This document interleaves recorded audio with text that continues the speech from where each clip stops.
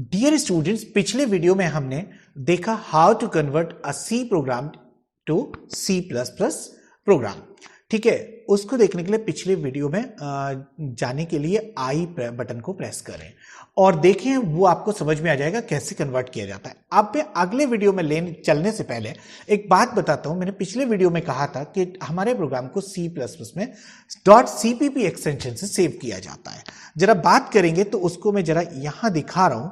जब आप देव सी plus plus पे आते हैं, जो स्क्रीन पे आपका प्रोग्राम दिख रहा है, तो यहां जब सेव करेंगे तो सेव जब यहां पे आएगा, जैसे मैंने एक नया प्रोग्राम खोला, खोलने के बाद में उसको जब मैं सेव करूंगा तो देख रहे हो सेव, पहले कुछ लिखो। यहां पे मैंने कहा hash include IO stream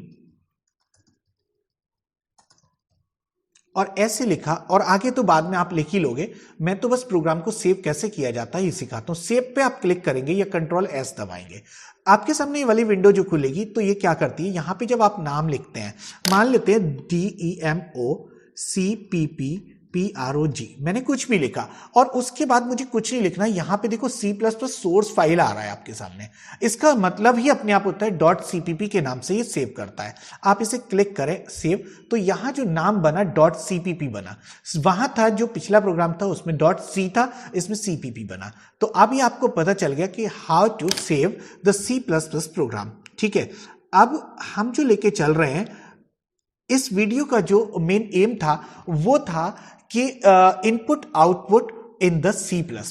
input output C in C++, मतलब सी में तो करते थे इनपुट आउटपुट प्रिंटफ और स्कैनफ से, तो वो मैं यहां पे कैसे सी आउट और सी इन में कन्वर्ट किया जाता है सिखाता हूं। तो सबसे पहले आप सी का प्रोग्राम ये देखें जो मैंने अपनी सी की वीडियोस में दिखाया हुआ है। जो सबसे पहले इनपुट आउटपुट दिखाया है, अगर आप देखना चाहें तो आई बटन प्रेस करके वहां जा सकते हैं, सी के अंदर कैसे प्रोग्राम को आउटपुट किया जाता है। तो इसमें 3 वेरिएबल लिए थे और तीनों वेरिएबल इनिशियलाइज करके और स्क्रीन पे शो कर दिए थे। तो प्रिंटफ का काम था सारा, और कुछ था ही नहीं। हालांकि यहां पे %d आउटपुट देख लिया आपने, तो %d_c_f आइडेंटिफाई करता था इंटीजर के लिए d, f फ्लोट के लिए, और c था कैरेक्टर के लिए। इसी प्रोग्राम को मैं C++ के प्रोग्राम में चलाना सिखाता हूं। तो देखो, ये जो लाइनें लिखी हैं ये आपके सामने आ रही हैं। एक सेकेंड बस, इसमें अनकमेंट कर देता हूं, ये मैंने कमेंट करा हुआ है आपको दिखाने के लिए।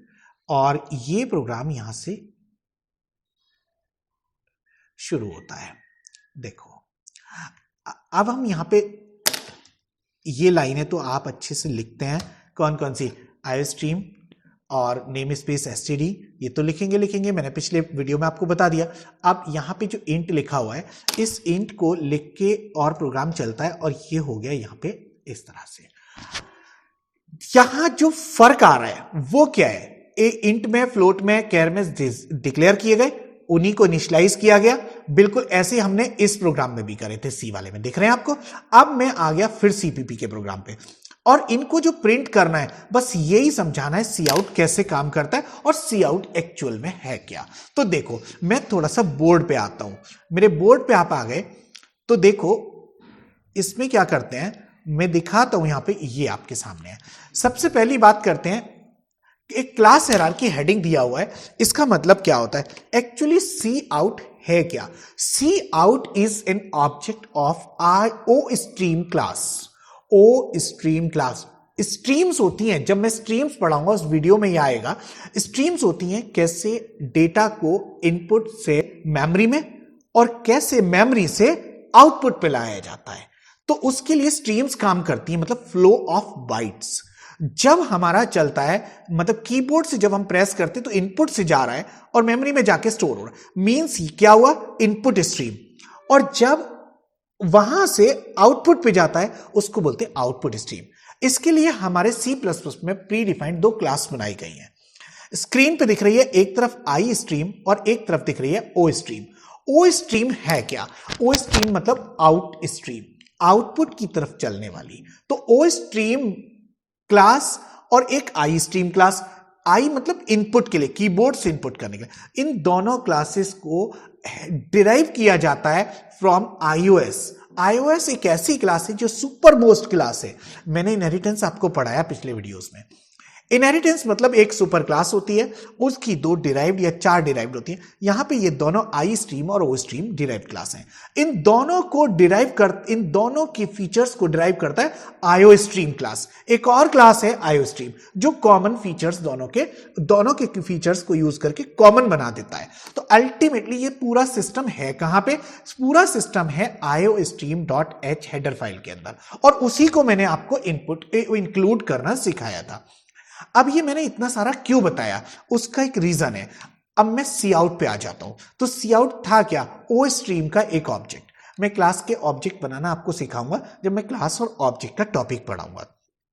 अगर ये जैसे मैंने क्लासेस बताए, एनकैप्सुलेशन में क्या होता है, क्लासेस बनती है, उनके फिर ऑब्जेक्ट बनते हैं। तो यहां पे ओ स्ट्रीम जो है वो अपने आप में एक क्लास है, और इसका जो ऑब्जेक्ट है वो सी आउट है। सी आउट का काम होगा स्क्रीन पे प्रिंट करना।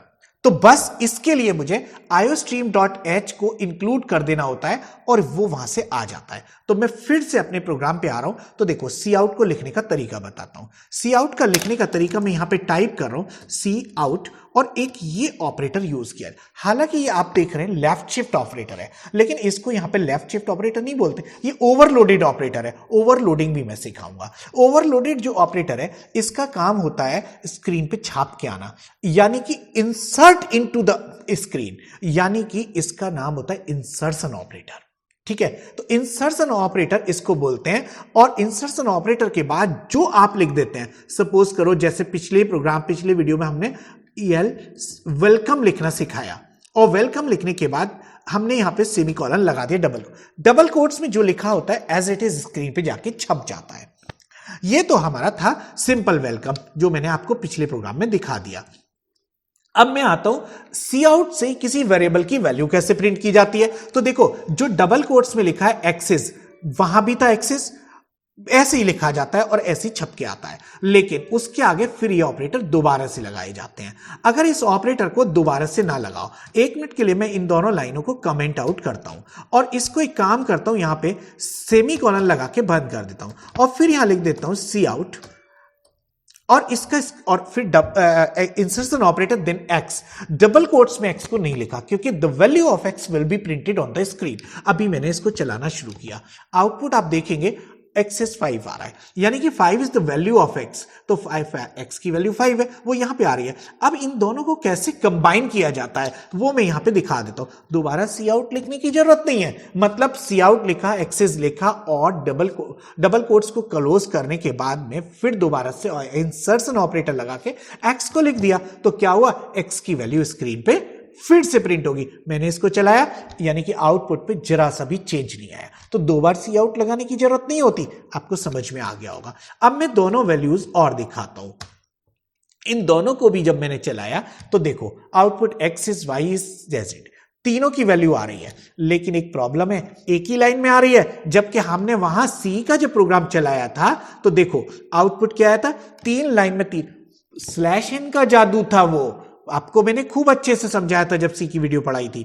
तो अब मैं क्या पे, मैं अब इसमें स्लैश एन लगाना सिखाता हूं। तो अगर मैं यहां पे चाहूं तो स्लैश एन और स्लैश एन तीनों लाइनों में लगा दिया, आउटपुट चलाया, आउटपुट में क्या हो, तीनों लाइनें अलग अलग प्रिंट होने लगी, यानी कि स्लैश एन ने अपना। बट सी प्लस प्लस में तो स्लैश एन की जगह एक और कीवर्ड यूज होता है जिसको हम ENDL भी कहते हैं। एंडल मतलब एंड लाइन, जहां लगा दोगे लाइन चेंज हो जाएगी। एंडल को यहां लगाया, आउटपुट देखो ऊपर से एक लाइन छोड़ के आ रहा है, स्लैश एन का काम कर रहा है। अभी मैंने एंडल इसी के बाद फिर से लगा, चलो पहले मैं यही लगाना सिखाता हूं। और एंडल को डबल कोट्स में बंद नहीं किया जाता, चलाओ और इसको भी एंडल बना दो।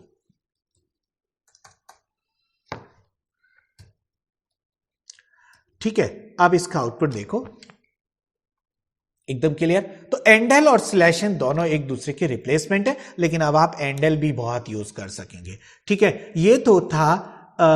अच्छा एक और चीज देखो, सी आउट मैंने इतने सारे लगा रखे हैं, अगर मैं चाहूं तो एंडल का जब यूज ही कर रहा हूं तो सी आउट को यहां से खत्म करो और एक लाइन में सारा आउटपुट दे दो।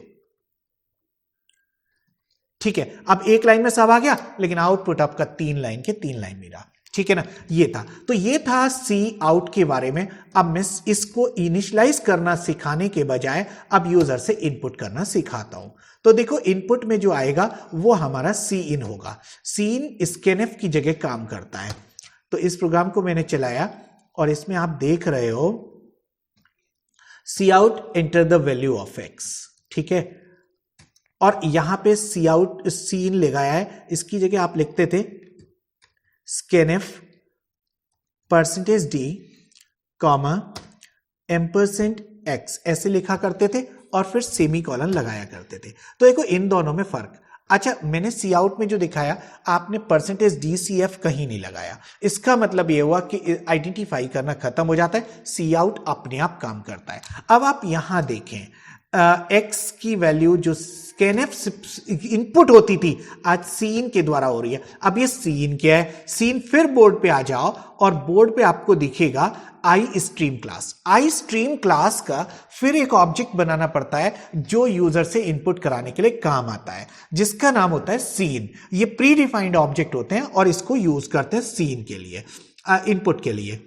तो देखो अब सीन जो यहां लगाया हुआ है उसके साथ फिर एक ऑपरेटर लगाया हुआ है। इसका नाम क्या होता था, इसका नाम है extraction operator. Extract from the keyboard, मतलब सीधी सी बात है। तो सीन यहां पे जो लगा हुआ है ये यहां पे एक्सट्रैक्शन ऑपरेटर का काम करता है और इसका काम होता है सीन के थ्रू एक वैल्यू को एक्सेस करना, यानी कि एक्स की वैल्यू जो यूजर से मिलेगी कीबोर्ड के थ्रू वो एक्स में स्टोर हो जाएगी। ऐसे सीन वाई देखो %dcf खत्म, आपको बहुत आसान लगेगा क्योंकि उसमें आइडेंटिफाई करना पड़ता था, इसमें नहीं करना पड़ता। और बाकी देखो सी आउट एंड एल मैंने वैसे ही बनाया जैसे अभी आपको सिखाया।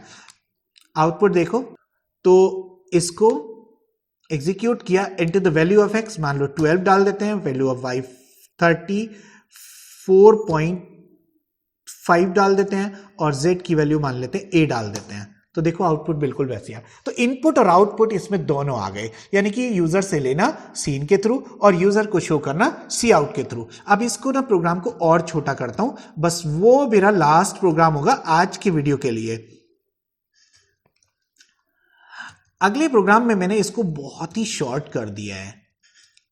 देखो इसमें cout enter the value of x y z, तीनों वैल्यू एक साथ अगर लेनी हो तो आप 3 बार सीन ना लगाएं, एक बार सीन लगाएं और वही जैसे सी आउट के साथ अलग अलग ऑपरेटर लगाते जा रहे थे। देखो यहां पे extraction operator X, extraction operator Y, extraction operator Z, direct तीनों करने के बाद ये तीनों चीजें ले लेगा। जब ये ले लेगा तो आउटपुट सी आउट एक लाइन के थ्रू एक्स इज देखो एक्स की value slash N Y is y की value slash N z equal to z की वैल्यू, एक एक लाइन में सी आउट और सीन काम कर रहे हैं। देखें जरा आउटपुट है 11 और मैंने 22.2 और e, देखो तीनों चीजें। तो इसका मतलब सिंगल लाइन में मैंने बहुत छोटा करके दिखा दिया। तो ये था इनपुट आउटपुट के बारे में और सीन सी आउट के बारे में, कैसे C++ में इनपुट और आउटपुट किया जाता है। ठीक है, फिर अगले वीडियो में हम मिलते हैं आपसे। एक सी का रिव्यू देना है मुझे, मतलब मुझे सी की वीडियोस आपको सारी देखनी पड़ेंगी क्योंकि आगे पढ़ने के लिए। तो मैं क्या करूंगा कि आपको एक छोटा सा रिव्यू, एक स्मॉल टूर दूंगा जिसके अंदर आपको सी की सारी बातें बता दूंगा जो C++ में कन्वर्ट होके आप एक बार में पढ़ डालेंगे, क्योंकि वो वीडियो जो बन चुकी हैं उन्हें दोबारा बनाना समझदारी नहीं है। ठीक है, तो मिलते हैं रिव्यू के साथ, सी के रिव्यू के साथ। ठीक है ना, तब तक के लिए wish you all the best.